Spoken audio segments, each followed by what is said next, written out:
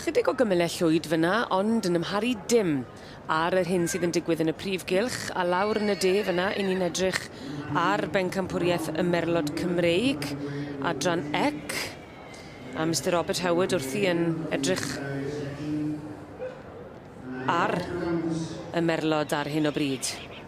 Felly gwelwn ni'r ddau gwryw, Cymreig yn Defa ar y pen, sef y march, a wedyn Ryan Wilson yn arddangos ar ran Anti MacDonald, troed y mynydd Trouble.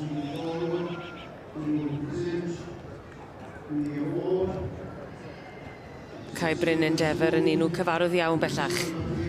Wedi ennill yma droion yn y gorffennol, a sgwni a fydd yn mynd yr holl gam heddi, a mynd a tlws Chetwyn ar Bencampwriaeth adran ec. A fel wyt ti'n sôn, mae wedi ennill yn ebol flwydd, dyflwydd a Thairod. A Thairod. Yn wir.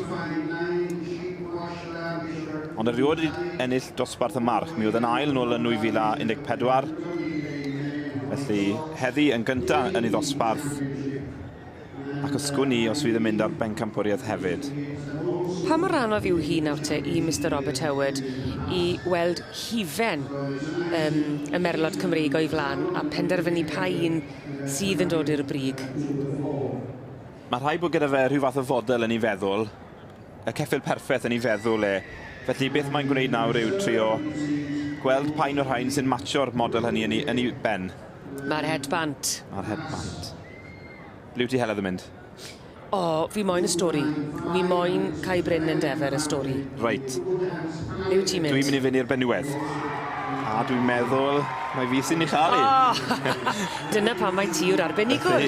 Russell Bennett a Graham Roberts wrth gwrs. Ni'n nabod y trwser os nad ni'n nabod y Graham, ond Costa Lilibet. Russell Bennett, mi welson ni Russell Bennett yn y cylch yn gynharach. Mae'r tei yn goch, mae'r trwser yn... Na, mae'r tei yn binc, dwi'n meddwl. Mae'r trwser yn goch. Ydy hwnna'n gyfuniad ta iawn, Heledd? Wel, os dwi'n ennill, mae'n amlwg bod e. Mae rhaid bod e heddi. Wel, edrych ar y trwser yna, Heledd. Wisga ti rhywbeth fel la? Fi'n credu bod e'n gallu cario fe yn well na finne. Mae wedi gwneud y droion yn diwe. Chwarae teg gyda fe. A dyma ni Russell Bennett. Perchenog Costa Lilibet wedi magu Costa Lilibet hefyd, dwi'n meddwl.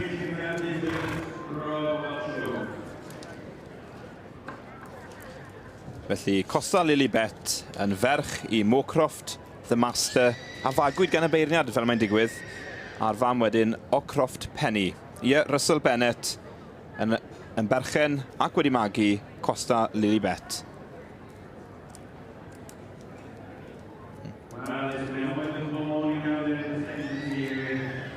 A Michael Cobley yn mynd ar gil Bencampwriaeth, dwi'n meddwl, y march a'r enillydd gwrwaidd yma heddi.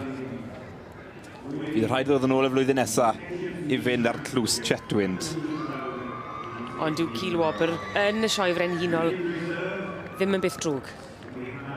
Does da ddim lle i achwyn, ag os e?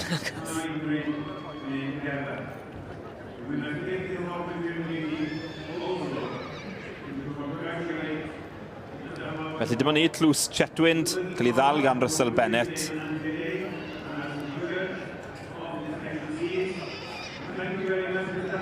Russell yn farch dros ben yn diwe.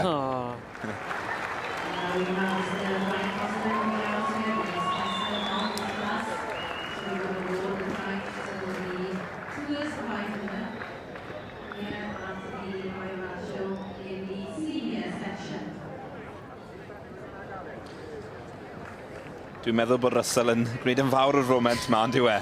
Mwynhau pob eiliad. Gan bod y tlws yna, tlws Chetwynd, tlws parhaol Chetwynd, yn gorfod mynd yn ôl i'r cwpwrdd fan hyn, felly... Ie, dwi'n meddwl bod Russell am fynd ag adre falle. Mae'n dadle yn gweud, gai fynd ag e.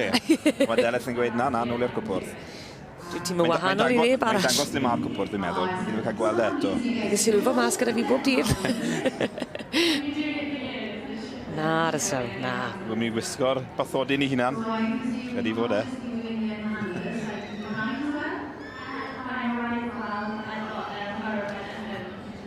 Felly, Costa Lilibet. Y gasau gwag y bore yma, enillydd y dosbarth. Pencampwr Benywedd. A'r creadur hardd i chi'n ei weld o'ch blaenau chi fan hyn ydy Costa Lilibet yn cael ei harwen gan Holly Roberts, merch Graham Roberts oedd yn tywys yn flaenorol pan maen nhw'n cystadlu ym Mhencampwriaeth y Merlod Cymreig. A Costa Lilibet fyna yw enillydd y Bencampwriaeth yma i'r Merlod Cymreig. A llongyfarchiadau i'r perchenog sef Mr Russell Bennett. Yn amlwg wedi plesio'r beirniad Mr Robert Howard.